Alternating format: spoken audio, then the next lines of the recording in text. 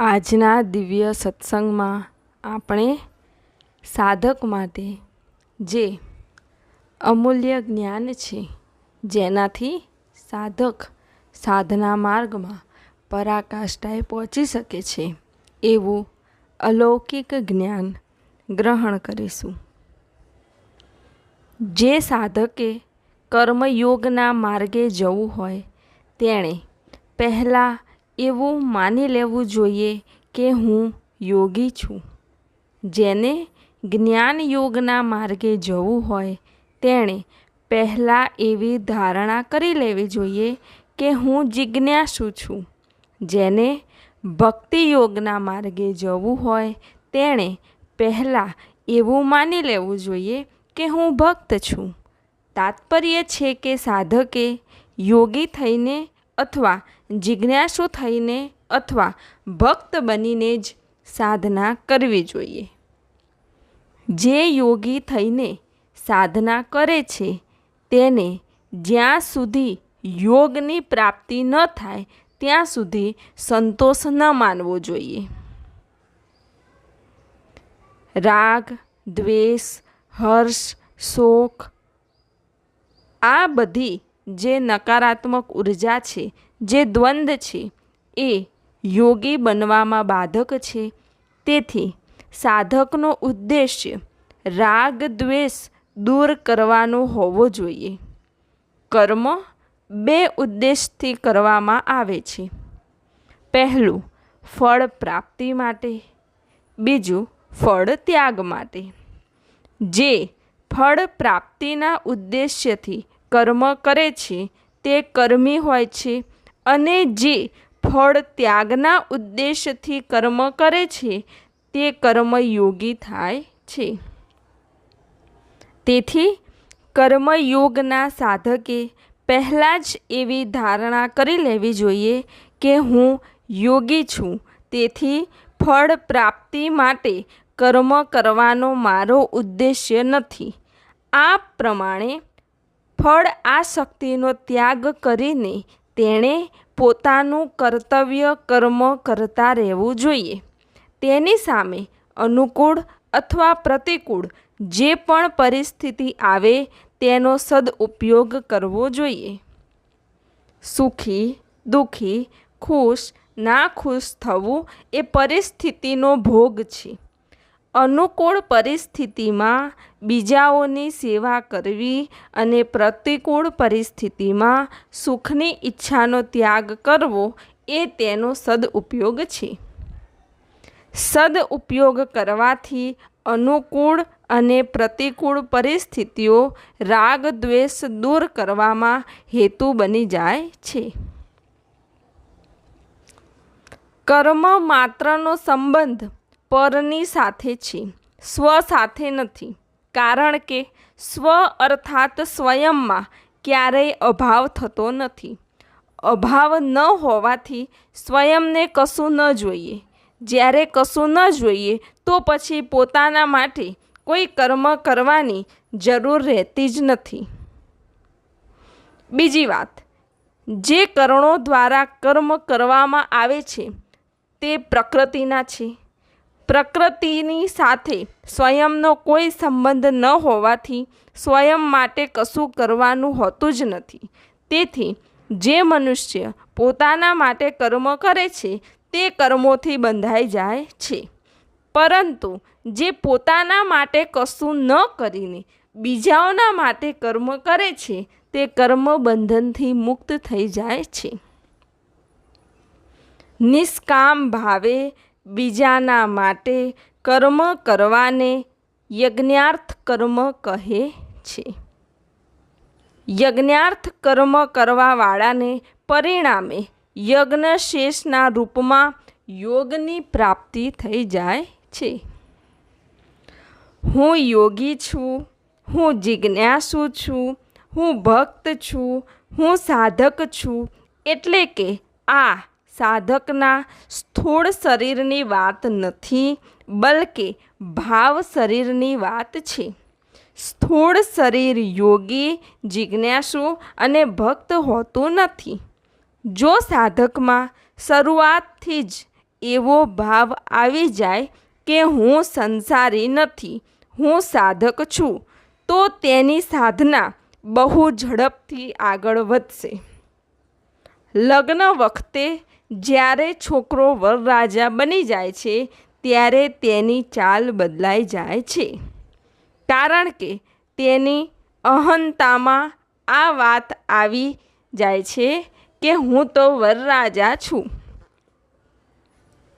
આ જ પ્રમાણે સાધકની અહંતામાં પણ હું સાધક છું આ વાત આવવી જોઈએ. જો અહંતામાં હું સંસારી છું આ વાત પડી હશે તો સંસારનું કાર્ય સુંદર થશે, સાધના સુંદર નહીં થાય.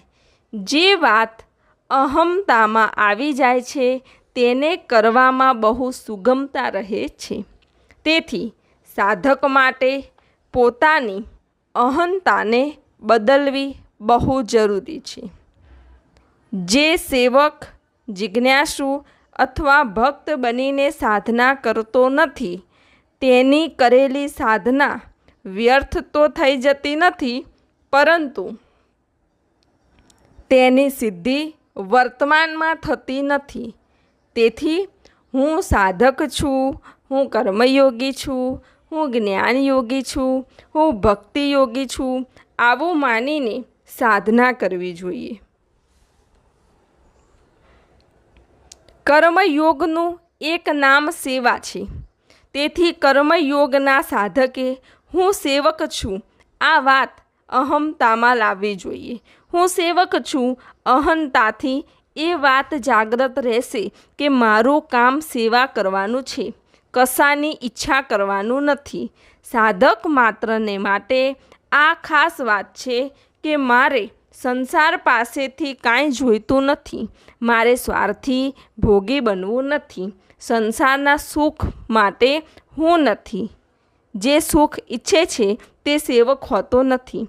કોઈ પણ સાધક હોય તેણે સર્વપ્રથમ સુખને તિલાંજલિ આપવી પડશે. સાધકનું કામ સાધના કરવાનું છે, સુખ ભોગવવાનું નથી. જે ભોગી હોય છે તે સાધક હોતો નથી. ભોગી રોગી થાય છે, યોગી નથી થતો. ભોગીને દુઃખી થવું જ પડે છે, તે દુઃખથી ક્યારેય બચી શકતો જ નથી. સેવક તે હોય છે જે નિરંતર સેવા કરે છે. તે ભોજન કરે તો પણ સેવા, શૌચ સ્નાન કરે તો પણ સેવા, કપડાં ધુવે તો પણ સેવા, વેપાર કરે તો પણ સેવા, જે પણ કામ કરે બધું સેવા ભાવથી કરે. પરંતુ આવું ત્યારે થશે જ્યારે તેની અંદર એવો ભાવ રહે કે હું સેવક જ છું. જો તેમાં હું મનુષ્ય છું અથવા હું બ્રાહ્મણ છું, હું વૈશ્ય છું, હું ગૃહસ્થ છું, હું સાધુ છું વગેરે ભાવ પ્રથમ હોય અને હું સેવક છું એવો ભાવ પાછળ હોય તો કર્મયોગ શ્રેષ્ઠ નહીં થાય. કર્મયોગમાં હું સેવક છું એવો ભાવ પ્રથમ અને હું મનુષ્ય છું વગેરે ભાવ પાછળ રહેવા જોઈએ. એ જ પ્રમાણે હું ભક્ત છું, હું જિજ્ઞાસુ છું અથવા હું સાધક છું આ ભાવ પ્રથમ રહેવો જોઈએ. જેમ બ્રાહ્મણમાં હું બ્રાહ્મણ છું આ ભાવ હંમેશા જાગ્રત રહે છે, એ જ પ્રમાણે સાધકમાં હું સાધક છું આવો ભાવ નિરંતર જાગ્રત રહેવો જોઈએ. આવું થવાથી મનુષ્ય ભાવ, શરીર ભાવ ચાલ્યો જાય છે. હું મનુષ્ય છું, આ 5 ભૌતિક શરીર છે અને હું સાધક, સેવક, જિજ્ઞાસુ અથવા ભક્ત છું આ ભાવ શરીર છે. ભાવ શરીરની પ્રધાનતા હોવાથી સાધના નિરંતર થાય છે. કર્મયોગી સ્થૂળ, સૂક્ષ્મ અને કારણ ત્રણેય શરીરોની સેવા કરે છે. શરીરને ભોગી, આળસુ, અકર્મણીય બનવા ન દેવું સ્થૂળ શરીરની સેવા છે. વિષયોનું ચિંતન ન કરવું, બધાના સુખ અને હિતનું ચિંતન કરવું એ સૂક્ષ્મ શરીરની સેવા છે. સમાધિ લગાવવી, પોતાના સિદ્ધાંત પર અડગ રૂપે દ્રઢ રહેવું, પોતાના કલ્યાણના નિશ્ચયમાં વિચલિત ન થવું કારણ શરીરની સેવા છે. સ્થૂળ શરીરથી થનારી ક્રિયા, સૂક્ષ્મ શરીરથી થનારું ચિંતન અને કારણ શરીરથી થનારી સ્થિરતા ત્રણેયને પોતાના અને પોતાના માટે ન માનવા એ તેમની સેવા છે. કારણ કે સ્થૂળ શરીરની સ્થૂળ જગત સાથે, સૂક્ષ્મ શરીરની સૂક્ષ્મ જગત અને કારણ શરીરની કારણ જગત સાથે એકતા છે. તેથી શરીરને સંસારથી અલગ માનવું એ બહુ મોટી ભૂલ છે. શરીર અને સંસારને પોતાનો અને પોતાના માટે માનવા એ બહુ ઘાતક છે. આવો માનવાવાળો સાધક થઈ શકતો નથી, ભલે ને પૂરી જિંદગી વીતી જાય.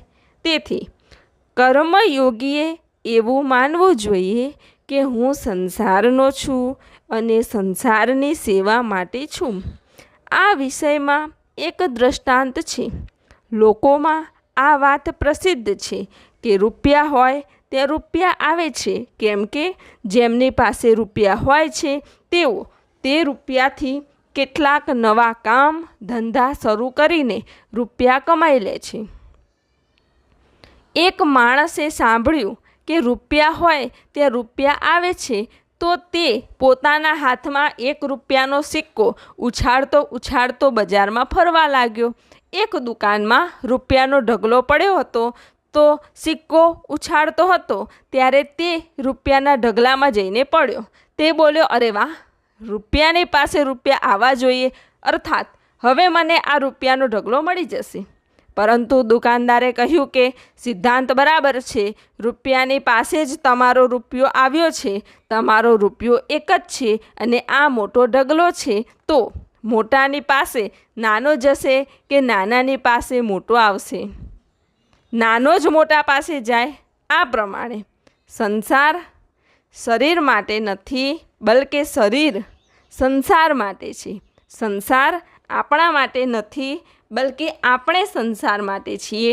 તેથી સાધકમાં એવો ભાવ રહે કે હું સંસારના કામમાં આવું. સાધકે કાં તો તેના હુંપણાને શુદ્ધ કરી લેવું જોઈએ, અથવા નષ્ટ કરી દેવું જોઈએ, અથવા હુંપણાને બદલી નાખવું જોઈએ. કર્મયોગી હુંપણાને શુદ્ધ કરે છે, જ્ઞાનયોગી હુંપણાને નષ્ટ કરે છે અને ભક્તિયોગી હુંપણાને બદલે છે. તેથી કર્તૃત્વાભિમાન રહેવા છતાં પણ મનુષ્ય કર્મયોગ અને ભક્તિયોગનું અનુષ્ઠાન કરી શકે છે. પરંતુ કર્તૃત્વાભિમાન રહેવા છતાં જ્ઞાન યોગનું અનુષ્ઠાન કરી શકતો નથી. તે જ્ઞાનની વાતો ભલે શીખી લે, પરંતુ સિદ્ધિ નહીં મળે. કર્મયોગ અને ભક્તિયોગમાં પહેલાં કામનાની નિવૃત્તિ થાય છે, પછી અહંકાર મટે છે. જ્ઞાન યોગમાં પહેલાં અહંકાર નિવૃત્ત થાય છે, પછી કામના આપમેળે નિવૃત્ત થાય છે. મતલબ કે કર્મયોગ અને ભક્તિયોગમાં અહંતા રહેવા છતાં પણ સાધના થઈ શકે છે, પરંતુ જ્ઞાન યોગમાં અહંતા હોય તો સાધના આગળ ચાલી શકતી નથી. તેથી અહંકારની હાજરીમાં જ્ઞાન યોગ કષ્ટપૂર્વક ચાલે છે. અહંકાર નિવૃત્ત થતાં તેની સાધના સુખપૂર્વક ચાલે છે. પરંતુ જે ભોગો પણ ભોગવે, સુખ પણ ભોગવતો રહે, લોભ પણ કરતો રહે, રૂપિયા પણ ભેગા કરતો રહે, એશ આરામ પણ કરતો રહે, તેને કોઈ પણ યોગ સિદ્ધ થતો નથી. તે તો સાધક પણ થઈ શકતો નથી. સિદ્ધ થવાની તો વાત દૂર રહી. ભક્ત હુંપણું અહંકારને મિટાવતો નથી, બલકે બદલે છે. હુંપણાને બદલવું બહુ સરળ છે. જેમ છોકરીનું લગ્ન થાય છે તો હું કુંવારી છું આવું હુંપણું સરળતાથી બદલાઈ જાય છે. એ જ પ્રમાણે ભક્ત હુંપણાને બદલી નાખે છે કે હું સંસારનો નથી, હું ભગવાનનો છું. હુંપણાને બદલવું સરળ પણ છે અને શ્રેષ્ઠ પણ છે. હુંપણાને બદલવાથી સાધનામાં તલ્લીનતા આવી જાય છે અને પરિણામે સિદ્ધિ આપમેળે પ્રાપ્ત થઈ જાય છે.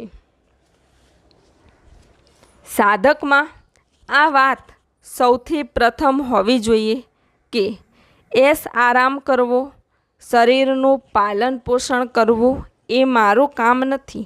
શરીર નિર્વાહનો પ્રબંધ તો ભગવાને પહેલેથી કરી રાખ્યો છે. ભગવાનને ત્યાંથી નિર્વાહનો પ્રબંધ તો છે, પરંતુ ભોગો ભોગવવાનો, સંગ્રહ કરવાનો, લખપતિ કરોડપતિ બનવાનો પ્રબંધ નથી. માના સ્તનોમાં દૂધ પહેલાં આવે છે, પછી આપણો જન્મ થાય છે. આ પ્રમાણે જ્યારે જીવન નિર્વાહનો પ્રબંધ ભગવાન તરફથી કરેલો છે, તો પછી ભક્તિ કેમ ન કરવી? જોકે ભક્તિની જવાબદારી દરેક મનુષ્યની છે, છતાં વૃદ્ધ, વિધવા અને સાધુજનોની વિશેષ જવાબદારી છે. આ ત્રણેયને ભગવાનની ભક્તિ સિવાય બીજું કામ જ શું છે? સુખ ભોગવવું, આરામ કરવો, અનુકૂળતાની ચાહના રાખવી, આ બધા માટે મનુષ્ય શરીર છે જ નહીં. તેથી જે સુખ, સાહેબી, માન, બડાઈ ઈચ્છે છે તે સાધક બની શકતો નથી. તે તો ભોગી છે. માન બડાઈની ઈચ્છા કરવી એ પણ ભોગ જ છે, કારણ કે માન શરીરનું અને બડાઈ નામની થાય છે, આપણી સ્વયંની નહીં. મનુષ્ય મર્યા પછી પણ બડાઈ ઈચ્છે છે કે 2-4 ગ્રંથો લખી નાખું અથવા એવું મકાન બનાવી દઉં જેથી લોકો મને યાદ કરે. આને મારવાડી ભાષામાં ગીતડા અને ભીતડા કહે છે. પરંતુ સાધકને માન, બડાઈ, યશ, કીર્તિથી દૂર રહેવું જોઈએ. તેણે તો પરમાત્માની પ્રાપ્તિ કરવાની છે. સ્વર્ગ વગેરે ઊંચા લોકની પ્રાપ્તિ કરવી પણ સાધકનું કામ નથી. ભગવાન કહે છે કે સ્વયંને મને અર્પણ કરનાર ભક્ત મને છોડીને બ્રહ્માનું પદ, ઇન્દ્રનું પદ, સંપૂર્ણ પૃથ્વીનું રાજ્ય, પાતાળ વગેરે લોકોનું રાજ્ય, યોગની સમસ્ત સિદ્ધિઓ અને મોક્ષને પણ ઈચ્છતો નથી. અનેક લોકોનો એવો સ્વભાવ હોય છે કે તેઓ સેવા ત્યાં જ કરે છે જ્યાં માન બડાઈ મળે. માન બડાઈ વાહ વાહ વિના તેઓ કામ કરી શકતા જ નથી. કોઈ સારું કામ થઈ જાય તો તેઓ કહે છે કે આ કામ મેં કર્યું, પરંતુ કામ બગડી જાય તો બીજા ઉપર દોષ લગાવે છે. આવી વૃત્તિઓવાળાનું કલ્યાણ કેવી રીતે થશે? બધું સારું કામ મેં કર્યું, આ કઈ વૃત્તિ છે, અને બધું સારું કામ બીજાએ કર્યું, આ રામ વૃત્તિ છે. આથી માન, બડાઈ, સુખ, આરામ માટે કામ કરવું સાધક માટે અનુચિત છે. સાધક જે માર્ગને અપનાવે તેમાં જ દ્રઢતાપૂર્વક લાગી રહે. પછી સુખ આવે અથવા દુઃખ આવે, પ્રશંસા થાય કે નિંદા, તેની પરવા ન કરે. જેટલું દુઃખ આવે છે, વિપરીત પરિસ્થિતિ આવે છે, તે માત્ર આપણી ઉન્નતિ માટે જ આવે છે. તેમાં એક રહસ્યની વાત છે કે જ્યારે આપણી સાધના બરાબર ચાલે છે અને બરાબર ચાલતા ચાલતા આપણે કંઈક સુખ ભોગવવા લાગીએ છીએ અને અભિમાન કરવા લાગીએ છીએ કે હું ઉત્તમ સાધક બની ગયો છું, ત્યારે ભગવાન વિપરીત પરિસ્થિતિ મોકલે છે. પરંતુ જ્યારે આપણે વધારે ગભરાઈ જઈએ છીએ ત્યારે ભગવાન અનુકૂળતા મોકલે છે. સમયે સમયે અનુકૂળતા, પ્રતિકૂળતા મોકલીને ભગવાન આપણને સાવધાન કરતા રહે છે, આપણી રક્ષા કરતા રહે છે. મારે કશું લેવું નથી, બલકે આપવું જ છે. આવો વિચાર કરવાથી મનુષ્ય સાધક બની જાય છે. જો સાધક સેવક હશે તો સેવા કરતાં કરતાં તેનું સેવકપણાનું અભિમાન દૂર થઈ જશે. અર્થાત સેવક ન રહેતા માત્ર સેવા જ રહી જશે અને તે સેવારૂપ બનીને સેવ્યની સાથે એક થઈ જશે. અર્થાત તેને પરમાત્માની પ્રાપ્તિ થઈ જશે. એ જ પ્રમાણે જો સાધક જિજ્ઞાસુ હશે તો તેમાં જિજ્ઞાસુપણાનું અભિમાન નિવૃત્ત થઈ જશે અને માત્ર જિજ્ઞાસા જ રહી જશે. માત્ર જિજ્ઞાસા રહી જતાં જિજ્ઞાસાની પૂર્તિ થઈ જશે, અર્થાત તત્વજ્ઞાન થઈ જશે. આ જ પ્રમાણે જો સાધક ભક્ત હશે તો તેમાં ભક્તપણાનું અભિમાન રહેશે નહીં અને તે ભક્તિરૂપ થઈ જશે. અર્થાત તેના દ્વારા પ્રત્યેક ક્રિયા ભક્તિ ભગવાન માટે જ થશે. ભક્તિરૂપ થઈને તે ભગવાન સાથે અભિન્ન થઈ જશે. તો સાધક માટે આ ખૂબ અમૂલ્ય અને દિવ્ય સત્સંગ છે. તો આ સત્સંગ ખૂબ ધ્યાનથી, પ્રેમથી સાંભળો, હૃદયમાં ઉતારો, જેથી આપ સર્વનું કલ્યાણ થાય. આપ સર્વના હૃદયમાં બિરાજમાન પરમાત્માને પ્રણામ.